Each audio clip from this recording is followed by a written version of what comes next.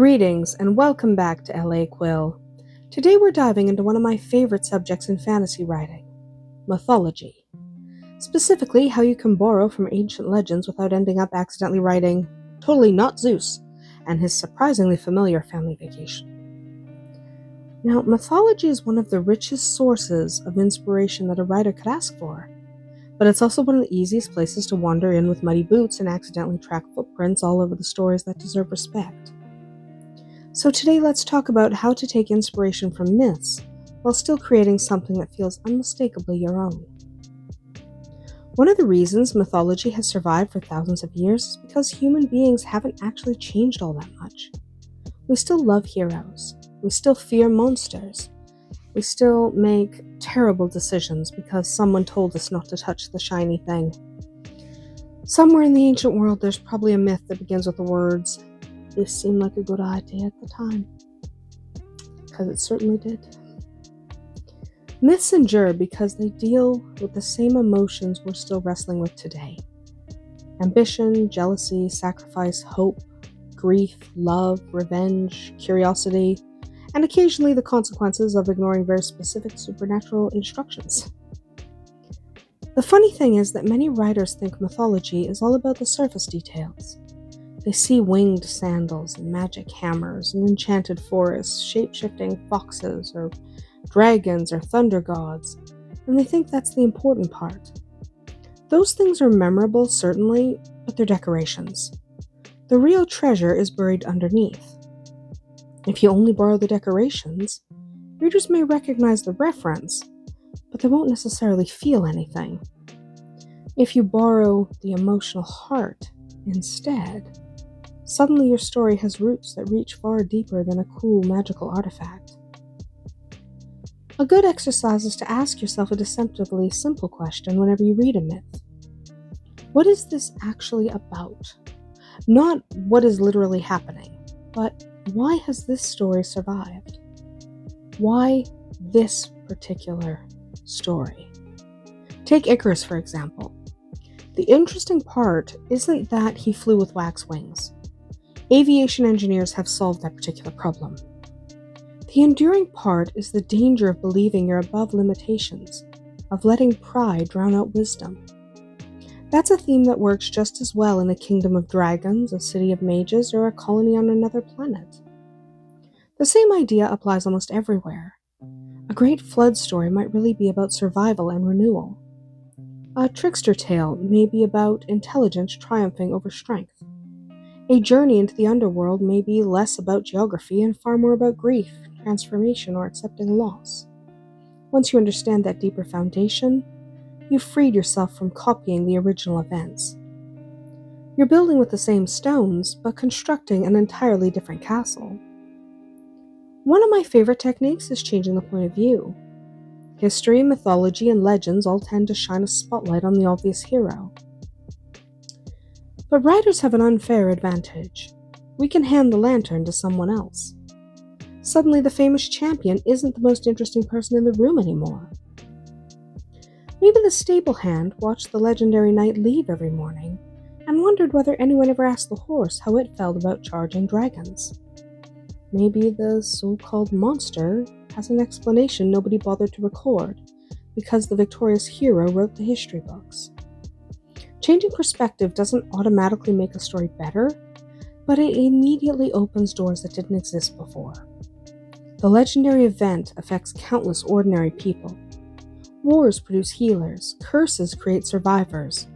Divine arguments have a habit of ruining perfectly innocent afternoons.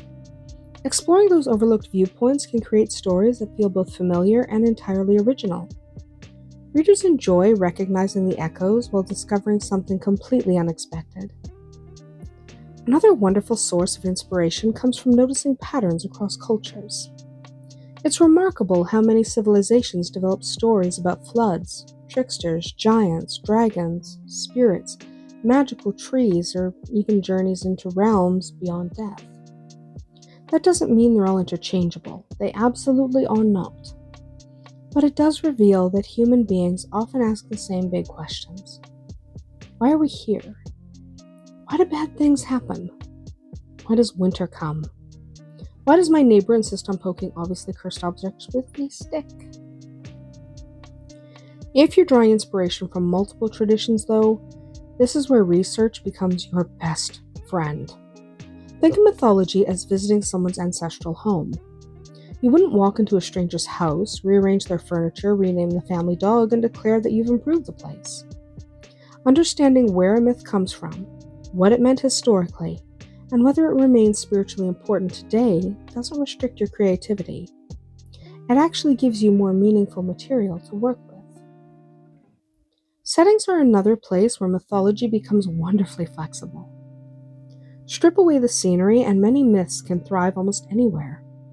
Imagine a city where changing seasons are controlled by an elaborate magical machine instead of nature. Suddenly, a story inspired by seasonal myths feels entirely different.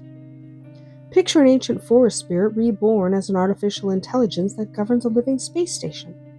Or perhaps a wandering witch's enchanted hut doesn't stride through the dark woods on enormous legs anymore, but drifts silently between floating islands in the sky. The heart of the legend remains, even as every visual detail changes. Eventually, many fantasy writers reach an even more exciting stage. Instead of adapting mythology, they begin creating mythology.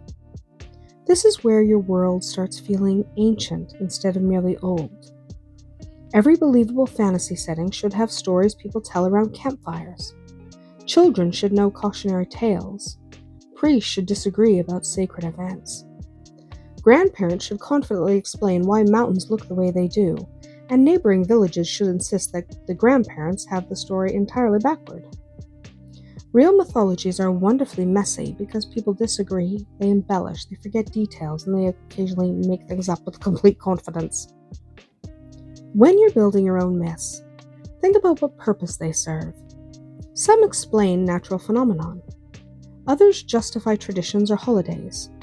Some teach moral lessons, while others exist simply because people enjoy a good story. Not every legend has to be literally true inside your fictional world, either.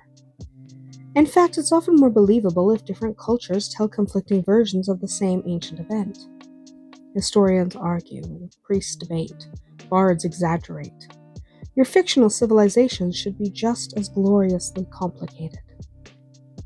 Now let's talk about something that's every bit as important as creativity: respect. Many myths belong to living cultures and living religions. They're not just interesting plot devices sitting on a shelf waiting to be borrowed. Taking the time to understand the context behind those stories matters. Respect doesn't mean you can never be inspired by them. It means you recognize that these traditions have meaning beyond your manuscript. Ironically, the more you learn about them, the more fascinating your own storytelling usually becomes, because you're working with genuine understanding instead of surface-level assumptions. Some of the most successful fantasy authors understand this balance beautifully. They don't simply photocopy ancient myths and change the character names. Instead, they ask new questions, explore overlooked possibilities and perspectives, enjoy fresh conflicts, or transplant timeless themes into entirely different worlds. Readers recognize this mythic DNA without feeling like they're reading a summary from an old textbook. That's the sweet spot we're really aiming for, honoring the inspiration while still creating something that belongs entirely to your imagination. Perhaps the greatest lesson mythology teaches writers is that stories evolve.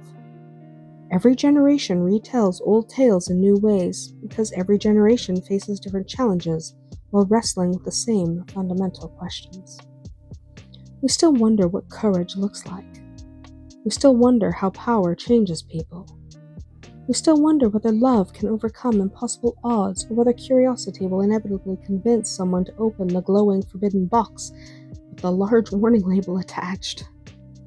Some traditions truly never change. So the next time you're inspired by an ancient legend, don't ask yourself, how can I copy this? Instead ask, what conversation can I have with this story? Find its emotional core. Shift the perspective. Build a new world around it. Research it well. Respect where it came from. Then let your imagination take over. That's where fantasy truly becomes alive. not by preserving myths in amber, but by allowing them to keep growing alongside every new storyteller willing to add another chapter to humanity's endless collection of legends. And that's our tale from LA Quill today. I'd love to hear which myth or legend has inspired you the most, or which one you've always wanted to reinvent in your own writing. Until next time, may your stories always be magical.